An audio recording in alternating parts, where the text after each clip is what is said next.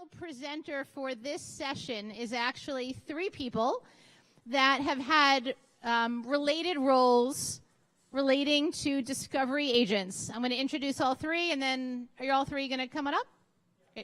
Great. So Chris Holmes is the U.S. Director of Business Development Interpretive Services for Discovery Agents. And he has a long history in national parks in England, Australia, New Zealand, and then in Texas. Which one is not like the other? He loves spending his time outdoors and introducing others to the outdoors, and joined Agents of Discovery team because he understood that technology can enhance interpretation and wanted to be on the forefront of a changing landscape across the nation. Chris is going to be joined by Mary Clark, who is the visionary founder of Agents of Discovery, a gamified way to get kids active, engaged, and learning. And she has over 25 years of experience in education and technology. And finally, Amchad Edwards is an education specialist for the USDA Forest Service and an SCA alum. Mr. Edwards works in conservation education, has a degree in rehabilitation services, and over 20 years of environmental education experience with K through 12. When you see him in the real world, be sure to ask him about his pet forest or any of the other adventures of being a land managing city dad.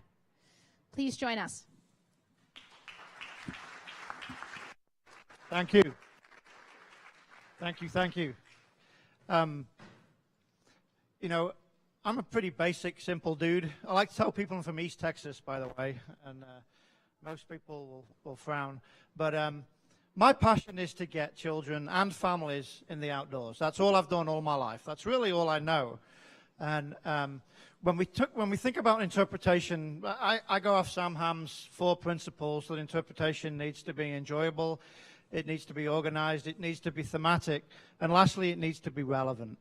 And relevance today may be something that is different in the past. And it's something that having children has really taught me, that what may be relevant to them is not relevant to me. And I really think that things are going through, as we know, this word technology, we used to we were afraid of it, but I really do think that technology is the way to achieve relevance into some of these children's and young families' lives. I created a program called Texas Outdoor Family Program when I was still at the state. I was the director of education for Texas State Parks. We delivered about 80,000 programs to 1 million people a year. But one of the things that we were finding was that our average age was going up, and we were getting less and less young kids outside. And so we create a program that was a basic program. It just taught families how to camp in the outdoors. Real basic program. We would kayak, and we would learn to start a fire, and we would learn how to pitch a tent. It was replicated by 22 other state agencies across the country. There was one program in there that I really hadn't heard about. It was called geocaching. And all the surveys that we did in Texas and around the nation, the number one thing that people enjoyed more than anything with these outdoor family programs was geocaching. And it got me thinking. When I look at my children, and I'm a very proud parent of Jimmy and Charlie and Clara May Holmes, this is not a staged picture, I promise you. They're big, active, outdoor kids. But if I would let them, they would play video games all day long. Drives me nuts. I mean, it's a full-time job. We literally have to hide these things from them. Part of my job with the state was to go around and audit programs, interpretive programs. And I would take my kids, and we would go on an outdoor kind of, adventure for the weekend. At some point, Jimmy, Charlie, and Clara May told me they didn't want to go anymore. It was boring. And that really was a stab in the heart from someone that had trained thousands of rangers how to deliver programs. But we'd become a little bit boring. And I asked them, for those of you that have kids, you know that they'll give you the unfiltered truth, and so they didn't want to go to these ranger programs anymore because they were boring. And I asked them, well, what's the deal? And they said, well, if you could incorporate some kind of technology where we could kind of play a game and it would still be outside, then that would be cool. And so fortuitously enough, I got to meet Mary about 3 years ago. And I really do believe in what we've got. We've got a winning formula, we think, where we've got technology, but it's still aimed to get kids outdoors and active and learn about the sites and become citizens of the parks that they go to enjoy. So I got 3 minutes. I'm going to pass you on to Ram Chat.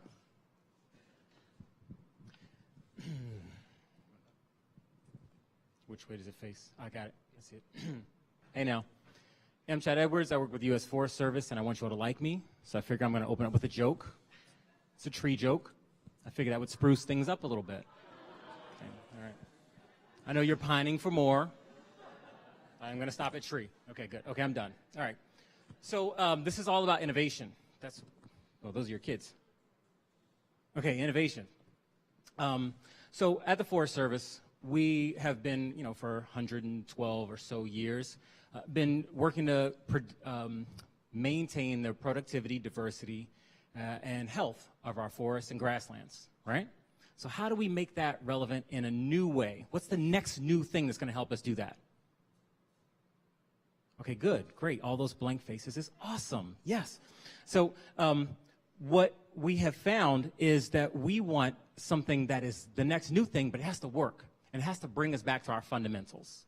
Okay, so rather than fighting the technology that our kids love, because my kid is one of those too, we decided to utilize through partnerships this technology that has all of the educational components that our interpreters out in the front lines they would be doing one-on-one. We now have the ability to replicate that through technology. Ooh, right? So rather than thinking of this as purely technology and trying to lump this into a technology box, and this is just like that game that my kid plays inside, it's not. Instead, kids are out on trails where we want them to be. It could be in a local city park, or it could be in a national forest, anywhere in between. And kids are having digital rangers travel with them and introduce them to a point where they're not just walking around with their screens, they're actually looking up and engaging with the resource. And that's the most impressive thing that I've noticed about this. When you watch kids playing, they're not stuck to the screen. It's not simply a passive consuming of the media. They're not walking like this. They're actually stopping and smelling the roses or smelling the Chris's. So it's kind of our new point of entry for some folks. We do recognize that. I'm trying to not look at my notes, but I need them. You okay with that? Okay, thank you. So we have them looking up from their screens. Innovation is that kids want to be empowered. Have you noticed that kids don't want to just listen to you anymore? They want to tell you as much as they know. Any of you experienced this? Okay, so imagine at the end of your ranger-led program, you give the kid an opportunity to say, hey, what did you find the most exciting? And you have the ability to turn that into a piece of the game that the next kids that walk through there will then experience. So kind of like Derek was talking about the kids who got the chance to build a trail. Well, for the kids in the digital natives, there's no difference between creating a trail inside this game and the one that they created that kids are walking on in real life. So this, we found, is an innovative way of bridging kids' desire to help create content, explore the outdoors with a cartoon ranger. I never want to be replaced, by the way. And we won't. We find that it's all connected. Are you telling me time? Technology is great when it works, right?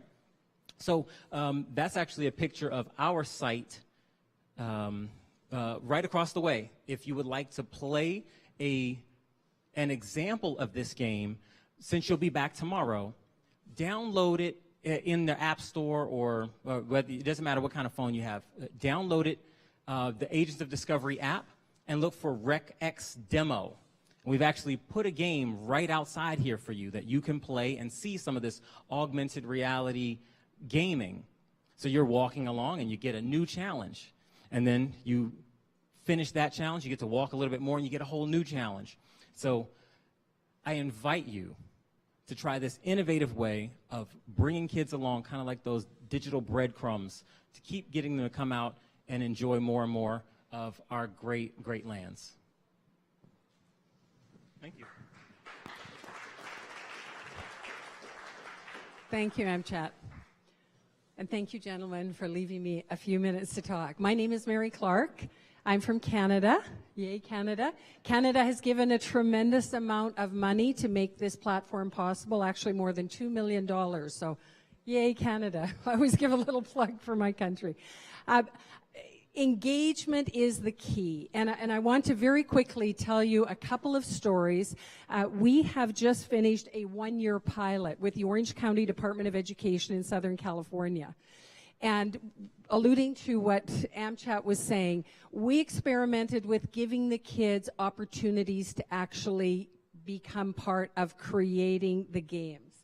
And this is a few pictures. We had our big launch after working for a year in the schools, and the kids, there was such a response that we ended up having to create 3 games instead of 1. This is us walking in Coyote Hills on May the 9th. And there were 110 kids. So imagine this, 110 kids, not many adults. We had been out, I'd set my timer, because we had to turn around after 45 minutes, for 35 minutes with 110 kids. And we got to the top of the hill, and Dr. Bob Pletka, who is the superintendent, who's one of our biggest fans, said, okay, he said, Mary, let's just look around and see how many kids we can find, 110 kids after 35 minutes, that are not 100% engaged. And guess how many we found? 4. 4 boys, they were chasing each other with sticks. I mean, that was all good. But that is the key here, is engagement. And Dr. Pletka said to me, Mary, the great news is this really works. He said the bad news is nobody yet knows they need it, which I thought was really funny. So just want to close. After all of this, I said I was going to come and visit some of the schools that had participated. And so the students spontaneously created a video for us. And it was really nice. I was talking to some of the teachers yesterday on the phone, and we had completed a survey, and she said, many of my students said that this was the highlight of their whole school year. Isn't that awesome? And so I'm going to I want you to know this video, I just saw it for the first time a couple weeks ago. I did not ask the kids to create a video. They did it because they knew I was coming to the school and they wanted just to share this with me. So I think it sort of speaks for itself.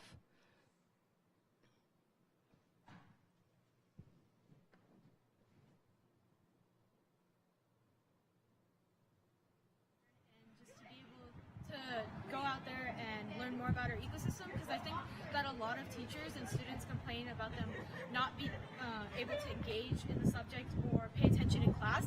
And with this game, it was easier for the students to just engage in the learning and just go outside and be active. Friction. Easy money. When making these missions, there was a lot of different things that you could do. One of my favorite things was to actually make the questions and to express myself creatively. I prefer this learning experience a lot more because I believe that it's more educational, because you don't have to sit there and listen to a teacher and lose your train of thought, because it's more like outdoors, and you get to learn more, and you get to see things in real life. Not only that, but you also get physical activity done, while you also look at the plan and hands-on activity. Gravity is the force of any two objects with mass. I mean, yes, yeah, mass.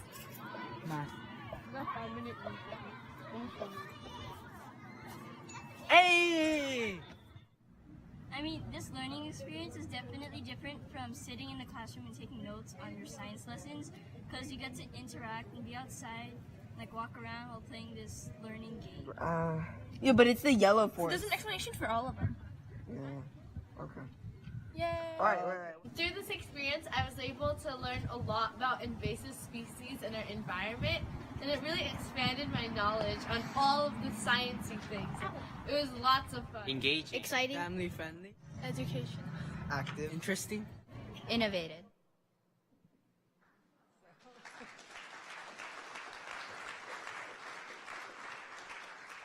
So I know that you are all informal educators, but I wanted to share with you the reaction of kids in a formal education sector. It's no different than in a park. Kids want to be part of something that is relevant and innovative to them. And this enables you to create an augmented reality, interactive gaming experience that you can change every day. You can create yourself. You can have your staff help you create content. You can have the kids create content. And I'm going to close with one story because we launched a site at Eaton Canyon in Pasadena just recently. And I was there just a couple weeks ago. I've been traveling a lot. And Kim said to me, she has started something at the end of the field trip. She'll say to the kids, okay, if you would like, you can create a challenge about something you learned today at Eaton Canyon. And then she just gives them a content creator account. They post it to the platform. And if she likes it, she says, I'm going to publish one a month. And she said, it's unbelievable the response she had had. She said, you publish a challenge and the kids will walk 1.5 miles to find it at the end of the trail. Because that's the new way of being recognized. You know, we used to publish kids things in writing, but now through AR gaming, it gives you a whole new way to do this. So thank you very much.